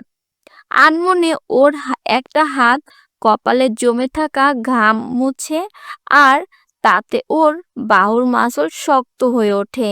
টান টান রক্তচাপা রঙের নিচে যেন কাচের মতো ঝকঝক করছে শিরা। সেই দৃশ্য দেখে আনায়ের নিঃশ্বাস আটকে আসে। তার পেটের গভীর থেকে উড়ে আসে এক ধরনের অজানা শিরশিরে অনুভূতি। নাভিমূল থেকে বুক পর্যন্ত কাঁপুনি ধরে যায়। পায়ের আঙুলগুলো অজান্তেই মুঠো হয়ে আসে। ঘাড়ের নিচে হালকা ঘাম জমে, আর বুকের ভিতরে ধুকপুক শব্দটা যেন আরো জোরে জোরে বাজে। ও বুঝতে পারে ওর শরীর ওকে ধোঁকা দিচ্ছে। তার চোখ জ্বলজ্বল করছে, কিন্তু মুখ থমথমে। ভেতরে যেন হিম আর আগুন পাশাপাশি জ্বলছে। আনায়া নিজেকে সামলানোর চেষ্টা করে, কিন্তু সে জানে এই মুহূর্তে জেভিয়ারের উপস্থিতি ওকে দুর্বল করে দিচ্ছে। সে ঠোঁট ভেজায়, চোখ সরিয়ে নিতে চায়, কিন্তু চেয়ে থাকাই যেন সহজতর। এক মুহূর্তের জন্য তার মনে হয় এই লোকটা, এই অদ্ভুত শীতল অথচ তীব্র পুরুষ যে তাকে গিলে ফেলবে। জেভিয়ার হালকা একটা মুচকি হাসে, যেন সে সবকিছু বুঝে ফেলেছে। তার ঠোঁটের কোণে সেই ছায়া হাসিটা, ঠিক যেন শিকারীর হাসি, যে জানে শিকার কতটা দূরে। আনায়া হঠাৎ করে কফির কাপটা নামিয়ে দেয়। আমি একটু ওয়াশরুম থেকে আসছি। শরীরে কাঁপা একটুখানি অস্থিরতা। জেভিয়ার তাকিয়ে থাকে, কিছু বলে না, শুধু মাথা নেড়ে সম্মতি জানায়। আনায়া দ্রুত পা ফেলে চলে যায়। দরজা আটকে আনায়ার সামনে দাঁড়ায়। নিজেকে দেখে তার মনে হয় এই চেহারাটা কি তার নিজের। চোখে অচেনা ঝলক, মুখের ত্বকে লালচে উত্তাপ। নিঃশ্বাসগুলো এখনো ভারী। সে দুই হাত দিয়ে মুখ ঢাকে, নিজেকে বুঝ দেয়। এটা কিছু না, কিছুই না। এক ধরনের আকর্ষণ, সেটা নিয়ন্ত্রণ করাই ঠিক। পানি ছিটিয়ে নেয় মুখে, ঠোঁট ভিজিয়ে আবার গভীর করে নিঃশ্বাস নেয়। আস্তে আস্তে নিজেকে গুছিয়ে নেয় সে। দরজা খুলে বের হতে আবিষ্কার করে জেভিয়ার আর রুমে নেই। সে কিছুক্ষণ পর ধীরে পা ফেলে নিচে নামে। নিচতলায় কিচেন থেকে হালকা ধোঁয়া, কড়াইয়ের শব্দ আর ঘি ভাজার ঘ্রাণ ভেসে আসে। আনায়া হাঁটতে হাঁটতে রান্নাঘরের দরজায় এসে দাঁড়ায়। জেভিয়ার তখন ফ্রাই প্যানে কিছু নেড়ে দিচ্ছে। তার গায়ে সকালের গেঞ্জিটা আর নেই, এখন পরনে হালকা ধূসর টি শার্ট। একদম সহজ, কিন্তু তবুও তার শরীরের গঠন স্পষ্ট হয়ে থাকে তাতে। আনায়া একটু এগিয়ে যায়, চুপচাপ দাঁড়িয়ে থাকে। তুমি রান্নাও জানো? হালকা হেসে প্রশ্ন করে সে। জেভিয়ার পেছন ফিরে তাকায়, মুখে সেই নির্লিপ্ত শান্ত হাসি। তোমার মতো কেউ যে ব্রেকফাস্টের দুপুরের ভাত রেঁধে দিতে পারে সেটা খুব একটা কল্পনা আসে না। আমি যা করি সেটা পুরো করি, হোক সেটা খুন বা হোক সেটা রান্না। আনায়া চোখ গোল করে তাকায়, এরপর ভাবে হয়তো ঠাট্টা করছে, তবে মুহূর্তের মধ্যে জেভিয়ার কথা বদলায়। আচ্ছা, তুমি কাউকে ভালোবাসো? না, কেউ বিশেষভাবে জীবনে আসেনি আমার। কেউ আসলে কখনো এইসব নিয়ে ভাবিনি। তুমি কাউকে ভালোবাসো? হুম, বাসে, তবে সেটা তার বোধগম্য হয়নি। আনায়া যেন জেভিয়ারের কথায় মানে কিছুই বুঝলো না, শুধু বোকা বোকা চোখে চেয়ে রইল। জেভিয়ার হেসে কথা ঘুরিয়ে অন্য কথা বলতে বলতে ফিরে যায় ফ্রাই প্যানের দিকে। দুজনের মাঝে তখন এক ধরনের অলিখিত স্বস্তি। আনায়ার চোখ হঠাৎ গিয়ে থামে।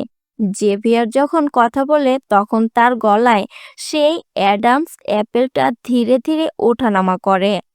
ওর মনে হয় ওটা কি গলার ভাষা, নাকি ভেতরের কোনো চাপা ঢেউ? আনমনে সে চোখ সরাতে পারে না। অদ্ভুত এক শখ জন্মায়, ছুঁয়ে দেখি কেমন লাগে।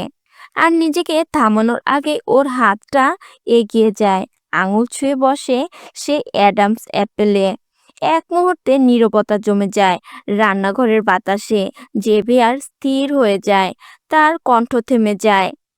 ওর চোখ এখন কিছুটা বিস্মিত, কিছুটা গভীর, কিন্তু উত্তেজিত নয়, বরং একরকম অদ্ভুত শান্ত। আনায় হাত তখনও ছুঁয়ে আছে তার গলার সেই চলমান হাড়টাকে, খুব কোমল, হিসেব করে না, শুধু অনুভবের জন্য। কিছুক্ষণ পর হঠাৎ সে চমকে নিজের হাত সরিয়ে নেয়, মাথা নিচু করে ফেলে লজ্জায়। ঠোঁট শুকিয়ে গেছে, বুকের ভেতর আবার ধুকপুক। তখনই জেভিয়ার ধীরে একটু ঝুঁকে আসে আনায়ার দিকে। তার নিঃশ্বাস ওর কানের ঠিক পাশে এসে লাগে। এই হাত যদি আর একবার আমাকে স্পর্শ করে তাহলে তুমি পুরোটা আমার হয়ে যাবে, আনা, পুরোটা। অন্ধকার সাউন্ডপ্রুফ ঘরটায় যেন এক ধরনের চাপা গন্ধ, রক্ত, ঘাম আর পচন ধরা মাংসের মিশ্র গন্ধ যেন বাতাসকে ভারী করে তুলেছে। চেয়ারের সাথে দড়ি দিয়ে বাঁধা লোকটা তখনও কাঁপছে, শরীরের রন্ধ্রে রন্ধ্রে শিহরণ ছড়িয়ে আছে, কিন্তু ভয়ের কারণে নয়, অসহ্য যন্ত্রণায়। কারণ তার দুটো পাই থেতলে দেওয়া হয়েছে, হাত ও পায়ের সবগুলো নখ প্লাস দিয়ে উপড়ে ফেলা হয়েছে। রক্তে ভেজা নখগুলো একটা ছোট স্টেইনলেস ট্রেতে সাজিয়ে রাখা, ঠিক যেন ট্রফি। লোকটা ফুপিয়ে কাঁদছে। কান্না নয়, এটা মৃত্যুর আগে দেহের কাতর বিলাপ। আর সামনে দাঁড়িয়ে আছে জেভিয়ার, কঠিন, নীরব, তার চোখে একটা অন্ধকার যা কোনো সাধারণ মানুষের চোখে থাকে না। হাতে ধরা চিকন ছুরিটা দিয়ে সে তার আঙুলের ফাঁকে ফাঁকে চাপ দিচ্ছে। বল, শেষবার বলছে, লোকটা কে? আমি আমি কিছু জানি না, প্লিজ আন্না। জেভিয়ার মাথা নাড়ল, তারপর আচমকা ছুরিটা ঢুকিয়ে দেয় লোকটার বা কানটায়। একটা ঘিন ঘিনের শব্দ হয়, চামড়া ছিঁড়ছে, হাড় কেটে যাচ্ছে। লোকটা গর্জে ওঠে যন্ত্রণায়, কাঁধ, ঘাড় আর গলা রক্তে ভিজে স্যাঁতসেঁতে। চেয়ারটা তার গোঙানিতে দুলছে। জেভিয়ার কিছু বলে না, সে সামনে এসে ছুরিটা লোকটার বাম চোখের পাশে ধরে, খুব কাছ থেকে। তুই জানিস আমি কি করতে পারি? আমি এই দিয়ে 6 বার জিজ্ঞেস করছি, এইবারও না বললে চোখটা উপরে ফেলবো। আর তুই জানিস আমি কথা রাখি। লোকটা কাঁপছে, ঠোঁট নড়ে, কিন্তু শব্দ বের হয় না। জেভিয়ার ছুরিটা চোখের এক পাশে ধীরে ধীরে চেপে ধরে। চোখ থেকে রক্তের এক ফোঁটা ঝরে পড়ে। এইবার লোকটা আর সহ্য করতে পারে না, এক ঝটকায় চেঁচিয়ে ওঠে। আছে, একজন আছে, আমি জানি, ও জানে। জেভিয়ার পেছনে হেঁটে গিয়ে থামে। কে? ওই ফ্রান্সে থাকে, টাকমাথা, মাথায় একটা দাগ আছে, দাগটা টুপি দিয়ে ঢেকে রাখে সব সময়। ও জানে, সব জানে। জেভিয়ার চুপচাপ দাঁড়িয়ে থাকে কিছুক্ষণ। আমাকে ছেড়ে দে প্লিজ। জেভিয়ার মুখে এক অদ্ভুত ঠান্ডা হাসি খেলে যায়। সে এগিয়ে আসে, তার কাঁধে হাত রাখে, যেন এক সহানুভূতির স্পর্শ। অবশ্যই, তুই অনেক ভালো করেছিস। তোকে আমি নিজে গিয়ে পৌঁছে দেব, ওকে? লোকটা স্বস্তির নিঃশ্বাস ফেলতে গিয়েছিল। এক মুহূর্তে ছুরিটা ঢুকে যায় তার ডান চোখের ঠিক কেন্দ্রে। লোকটা শরীরটা ঝাঁকি দিয়ে নিথর হয়ে যায়, রক্ত টপ টপ করে ঝরছে, জিভ বের হয়ে এসেছে, চোখটা একদম থেতলে গেছে। জেভিয়ার ছুরিটা বের করে, তারপর শ্বাস নিয়ে গর্জে ওঠে। তুই চাইল্ড রেপিস্ট ছিলি, তুই চাইল্ড রেপিস্ট ছিলি, তুই চাইল্ড রেপিস্ট ছিলি, তুই চাইল্ড রেপিস্ট ছিলি। তুই ভাবলি তোকে ছেড়ে দেবো আমি? জেভিয়ার ছুরিটা খেলাচ্ছে, চোখ দুটো স্থির, মুখটা বিষাদ আর সন্তুষ্টির হাসি মাঝখানে ঝুলে আছে। 3 ঘন্টা, ঠিক 3 ঘন্টা ধরে এই লোকটাকে সে ধীরে ধীরে ভেঙেছে। প্রতিটি নখ তুলে ফেলার সময়, প্রতিটি থেতলে দেওয়া হাড়ের আওয়াজ, প্রতিটি চিৎকার, সবই ছিল তার জন্য একটা নেশার মতো। রক্তের গন্ধটা সে দম নিয়ে নিয়ে টেনেছে। আহ, এমন ঘ্রাণে তৃপ্তি আসে, অদ্ভুত শান্তি। সে নিঃশব্দে হেসে ফেলে, তার পেটটা গড়গড় করে উঠল, একটা হালকা বিরক্তি তার চোখে। খেতে পেয়েছে। সে ঘড়ির দিকে তাকায়। 3 ঘন্টা হয়ে গেল। তারপর ছুরিটা ধুয়ে একটা জারকে রাখে। পেছনে পড়ে থাকা মৃতদেহটা ঠান্ডা, মাথার একপাশ গর্ত হয়ে গেছে, চোখের জায়গায় ছুরির দাগ, পা হাত সব ভাঙা, থেতলে যাওয়া। এখন সময় হয়েছে লাশ পরিষ্কারের। জেভিয়ার কারো উপর ভরসা করে না, 1 ইঞ্চি বিশ্বাসও না। তার চোখে গোপনীয়তা মানে বেঁচে থাকা। সে যা করে নিজেই করে সব সময়। ঠিক প্রতিবারের মতো এবার আমাকেই করতে হবে। সে হালকা করে গাঁট খোলে জামার বোতাম, তারপর লম্বা অ্যাপ্রন পরে, হাতে গ্লাভস, একটা বড় মাংস কাটার ছুরি তুলে নেয়। চকচকে মার্বেল ফ্লোরে হাঁটু গেড়ে বসে আছেন শেলির মা বাবা, ভাঙা গলায় মিনতি করছেন। রেবেকা কান্না ভেজা কণ্ঠে বলেন, আপনার পায়ে পড়ি স্যার, শেইলিকে আমাদের ফিরিয়ে দিন, ও তো ছোট একটা মেয়ে। ভিক্টর চেয়ারে হেলান দিয়ে বসে আছে, ঠোঁটে একরকম বিরক্তির উদাস ভাব। তার চোখ দুটো যেন কাঁচ দিয়ে তৈরি, শুধু দেখছে, বুঝছে না কিছুই। তার আঙুলে হিরে বসানো আংটি ঘোরানো ছাড়া আর কোনো সাড়া নেই। হঠাৎ রনি তার ছায়ার মতো একনিষ্ঠ অ্যাসিস্ট্যান্ট সামনে এসে মাথা ঝুঁকিয়ে ফিসফিস করে কানে কিছু বলে। ভিক্টরের ঠোঁটের কোণে ঠান্ডা একটা হাসি খেলে যায়। ভিক্টর নিচু গলায় নিজের মনেই নিজে বলে উঠল। ফাইনালি। সে উঠে দাঁড়ায় ধীরে, তার চলাফেরায় একটা অলস রাজকীয়তা, যেন সব নিয়ন্ত্রণে, যেন কারো কষ্ট তাকে ছুঁতে পারে না। সে নিচু হয়ে শেলির মায়ের কাঁধে আলতো হাত রাখে। ভিক্টর খুবই কোমল স্বরে হালকা হাসি দিয়ে বলে, এখন আপনি নিতে পারেন আপনার মেয়েকে। আমার কোনো প্রয়োজন নেই, আমার শিকার আমি পেয়েছি। শেলির মা বাবা যেন প্রথমে বিশ্বাসই করতে পারে না। ভিক্টর ক্রুজো এত বড় মাপের মাফিয়া তাদের মেয়েকে এত সহজে ফেরত দিয়ে দিল। তারা জানে না শেলি ফিরবে কেমন অবস্থায়। আনায়া নিচে নামছিল ধীর পায়ে, জুতার শব্দও যেন থেমে গেছে। কার্পেট পেরিয়ে মার্বেল ফ্লোরে কেমন একটা টান কাজ করছিল ওর ভেতরে, অকারণ একটা অস্বস্তি, বুকের ভিতরে ঘিরে থাকা হিম হাওয়া।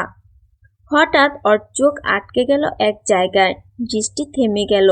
ডাইনিং রুমের পাশের গ্লাস দরজার সামনে, যেখানে অদ্ভুত অন্ধকার একটা কর্নার আছে, ঠিক যেন বাড়িটার ছায়া। ও খেয়াল করলো জেভিয়ারের সেই 2 বিদেশি কুকুর সেখানে বসে আছে, কিন্তু আজ ওদের আচরণ স্বাভাবিক। ওরা যেন এক থলের ভেতর থেকে কিছু একটা টেনে টেনে খাচ্ছে। হাড়ের আওয়াজ কচকচ করে ভাঙছে নিঃশব্দে। আনায়া একটু এগিয়ে গেল, কৌতূহল আর অজানা আতঙ্কে। হঠাৎ থলে থেকে কিছু একটা গড়িয়ে পড়ল। আনায়া স্তব্ধ হয়ে গেল। ওর চোখ আটকে গেল সেই জিনিসটার উপর। একটা মানুষের হাতের আঙুল, রক্তমাখা, নখ ক্ষীণ, থেতলে যাওয়া, কান্নার মতো অবয়ব এখনো জমে আছে আঙুলের ভাঁজে। আনায়ার শরীর থেকে যেন গলা পর্যন্ত একটা ঠান্ডা শক বয়ে গেল। পেছনের হাড়গোড় ভাঙার আওয়াজ, কুকুরের চিবানোর শব্দ, সব মিলিয়ে এক ভয়ানক বিভীষিকার চিত্র। আনায়ার 2 পা পিছিয়ে আসে, ঠোঁট কাঁপে, তারপর একটা বিকট চিৎকার বেরিয়ে আসে ওর গলা থেকে। Xavier, Xavier, Xavier! ওর গলার স্বর কেঁপে কেঁপে বাড়ির প্রতিটি দেয়ালে প্রতিধ্বনি হয়ে ফিরে আসে। বাড়ির আলো যেন হঠাৎ আরো নরম হয়ে আসে, আর নিচের অন্ধকার কর্নারটা হয়ে ওঠে আরো গভীর। দূরে কোথাও থেকে ঠান্ডা পায়ের শব্দ ভেসে আসে। জেভিয়ার কি শুনেছে, নাকি সে ইচ্ছা করেই আসছে না? আনায়া আরেকবার চিৎকার করে ওঠে। জেভিয়ার! তার চোখ তখনও সেই থলের দিকে, যেখানে রক্তের দাগ মেঝেতে লম্বা হয়ে ছড়িয়ে পড়েছে, আর তার পেছনে দাঁড়িয়ে 2 কুকুর নিষ্ঠুর তৃপ্তিতে মুখে রক্ত মেখে চিবিয়ে যাচ্ছে মানুষের দেহাংশ। আনায়া কাঁপতে কাঁপতে কিচেনের দিকে এগিয়ে যায়। জিভ শুকিয়ে গেছে, মুখে এক ফোঁটা শব্দ পর্যন্ত আটকে আসে না। বুকের মধ্যে শুধু একটাই শব্দ, জেভিয়ার। কোথায় তুমি, জেভিয়ার? হাঁটার আওয়াজ নেই, কেবল দম বন্ধ হয়ে আসা নিঃশ্বাসের তার চারপাশ ভারী হয়ে উঠছে। তখনই সে থেমে যায়। বেসিনের পাশে একটা দীর্ঘ আকৃতি দেখা যায়, পেছন ঘুরে দাঁড়িয়ে থাকা জেভিয়ার।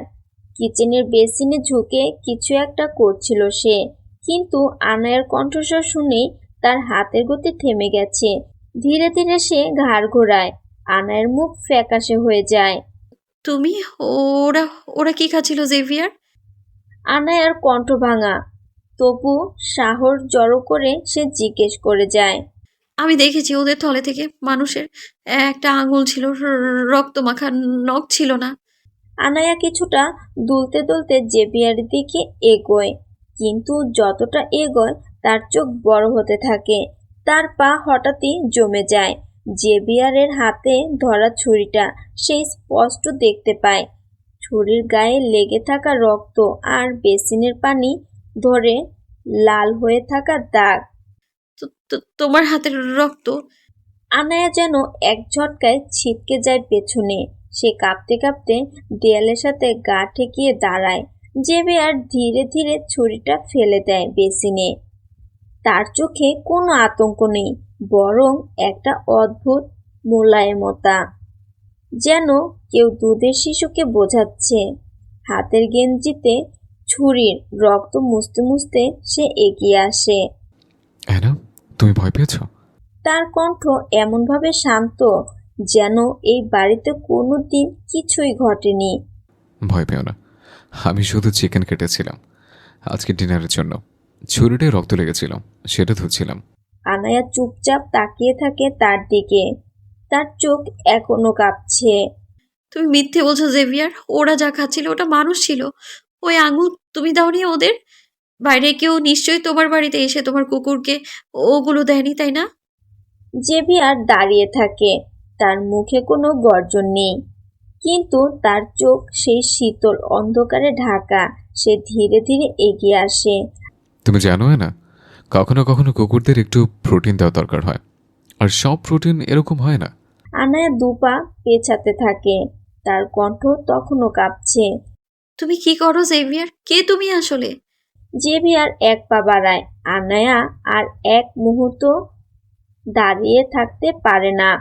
জেভিয়ারের ঠান্ডা মুখ আর অদ্ভুত ব্যাখ্যা সবকিছুই যেন হঠাৎ একটা অন্ধকার গর্তের মতো তার বুকের ভিতরে জমে বসেছে। সে থরথর করে উঠে দাঁড়ায়, পেছনে দরজার দিকে এগোয়।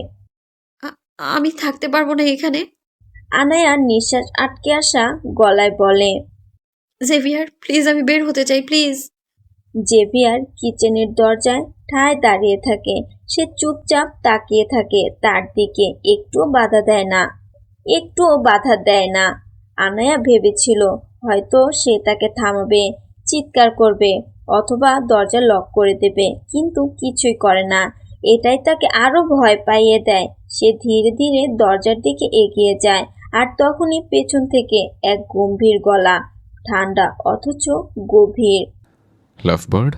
আনায়া যেন পাথর হয়ে যায়, তার গলা শুকিয়ে আসে, পা যেন মাটি ছুঁয়ে আছে ঠিক, তবু শরীরটা আর নড়ছে না। পেছনে ঘাড় না ঘুরেও সে অনুভব করতে পারে জেভিয়ার হাসছে না, তবে চোখে আগুন জ্বলছে। আমার থেকে পালানোর চেষ্টা করো না লাভবার্ড। তোমার পা থেকে মাথা অবধি সবটাই আমার কাছে ক্যাপচার্ড আছে। তোমার বাড়ির সিসিটিভিগুলো তো আমি লাগিয়েছিলাম বেব। আনায়ার চোখ দুটো ভয়ে বড় হয়ে যায়। সে ধীরে ধীরে পেছন ফিরে তাকায়। জেভিয়ার তখনও দাঁড়িয়ে আছে, শরীরটা থমথমে, চোখে এক প্রকার নিঃশব্দ দাবানল। তুমি তো আমার হৃদয় না লাভবার্ড, তুমি আমার প্রপার্টি। আনায়া পেছাতে পেছাতে দেয়ালে ঠেকে যায়, তার ঠোঁট কাঁপে, গলা দিয়ে শব্দ বের হতে চায় না। তুমি পাগল জেভিয়ার? তুমি কি সত্যিই ভেবেছিলে তুমি আমার কাছ থেকে পালাতে পারবে? এই বলেই জেভিয়ার পাগলের মতো করে হাসতে থাকে। আনায়া দরজার সামনে হাঁটু গেড়ে বসে, মুখটা মুখোশের মতো গুজে রেখেছে নিজের হাতে। তার চোখ থেকে নীরব কান্না গড়িয়ে পড়ছে, বুকের ভেতরটা ফেটে যাচ্ছে নিঃশব্দ চিৎকারে। এই রুমটা তার কাছে এখন একটা জ্যান্ত কফিন মনে হচ্ছে, এবং সবকিছু যেন পরিষ্কার হতে শুরু করেছে তার চোখে। জেভিয়ার আমায় প্রথম থেকেই স্টক করছিল, আর আমি সেই রাতে তো ওর কাছেই সাহায্য চেয়েছিলাম, তাহলে আমি নিজেই তো নিজের শিকারে বাড়িতে এসে উঠেছি। হঠাৎ একটা ধীর শব্দ হয় দরজার, তারপর দরজা খুলে যায়। আলো ছায়া ভেদ করে ভেতরে আসে জেভিয়ার, হাতে একটা ট্রে, তাতে সাজানো খাবার, তার মুখে নরম হাসি, চোখে সেই চিরচেনা অদ্ভুত প্রশান্তি। খাও লাভবার্ড, তুমি সারাদিন কিচ্ছু খাওনি, আমার খুব খারাপ লাগছে। আনায়া কিছু বলে না, সে শুধু তাকিয়ে থাকে জেভিয়ারের দিকে। তারপর এক চিৎকারে প্লেটটা ঠেলে ফেলে দেয়, গ্লাস ভেঙে টুকরো টুকরো হয়ে যায়, খাবার ছিটকে পড়ে মেঝেতে। 1 সেকেন্ড, 2 সেকেন্ড, তীব্র নীরবতা। তারপর জেভিয়ারের চোখের কোণ গাঢ় হয়ে ওঠে। সে ধীরে ধীরে ট্রেটা নামিয়ে রাখে পাশে, তারপর দ্রুত আনায়ার কাছে গিয়ে আসে। তুমি আমার হাতের খাবার ফেলে দিলে লাভবার্ড? সে আনায়ার গলাটা শক্ত করে চেপে ধরে, মুখটা একদম কাছে এনে হিসিয়ে ওঠে। আমি তোমার জন্য ভালোবেসে খাবার আনছিলাম, আর তুমি এটা করলে। তারপর এক ঝটকায় আনায়ার হাত ধরে টেনে তাকে রুম থেকে বের করে আনে। আনায়া বাধা দেয়, চিৎকার করে, কিন্তু জেভিয়ার থামে না। সে সরাসরি নিচের ডাইনিং টেবিলে ওকে এনে বসায়। আনায়ার গলাটা লাল হয়ে আছে, শক্ত করে চেপে ধরায়, টপ টপ করে জল পড়ছে। জেভিয়ার শান্ত গলায় বলে, চুপচাপ খাবে এবার, কেমন? সে নতুন করে খাবারের প্লেট সাজায়, আস্তে করে এক টুকরো খাবার তুলে ধরে আনায়ার মুখের সামনে। আনায়া মুখ ঘুরিয়ে নেয়, উঠে যেতে চায়, ঠিক তখনই তার হাত জেভিয়ার মুচড়ে ধরে নিজের কোলে বসিয়ে নেয়। আনায়ার কাঠটা টান মারে, সে ব্যথায় ফুপিয়ে ওঠে। জেভিয়ার তার গাল ছুঁয়ে আদরের ভঙ্গিতে খাবার মুখে দেয়। আনায়া প্রথমে মাথা নাড়ে, তবুও ভয়ে মুখ খুলে যেন মৃত্যু গিলে নিচ্ছে। জেভিয়ার তারপর আস্তে ওকে ছেড়ে দেয়। আনায়া ছিটকে দূরে গিয়ে বসে পড়ে, কাঁপতে থাকে। তার চোখ পড়ে নিজের হাতে, যেখানে জেভিয়ার টানের দাগে লালচে হয়ে গেছে চামড়া। ঠিক তখনই জেভিয়ার আবার ফিরে আসে। সে মাটিতে হাঁটু কেড়ে বসে, তার মুখ সামনে এনে পাগলের মতো মাথা নেড়ে নেড়ে বলতে থাকে, লাভবার্ড, তুমি আমার কথা শোনো না কেন? তুমি আমার মাথাটা খারাপ করে দাও। তুমি যে লক্ষ্মী মেয়ে হয়ে থাকো, আমি তোমার জন্য সব করতে পারি, সব। আর আজ থেকে তুমি শুধু আমার কথা শুনবে আর আমায় ভালোবাসবে, শুধুমাত্র আমাকে নিয়ে ভাববে। জেভিয়ার আনায়ার মুচড়ে ধরা হাতে একটা ধীর চুমু খেলে দেয়, তারপর কানে কানে বলে, কাল আমাদের বিয়ে লাভবার্ড। তুমি শুধু আমার লাভবার্ড, শুধু আমার, শুধু আমার।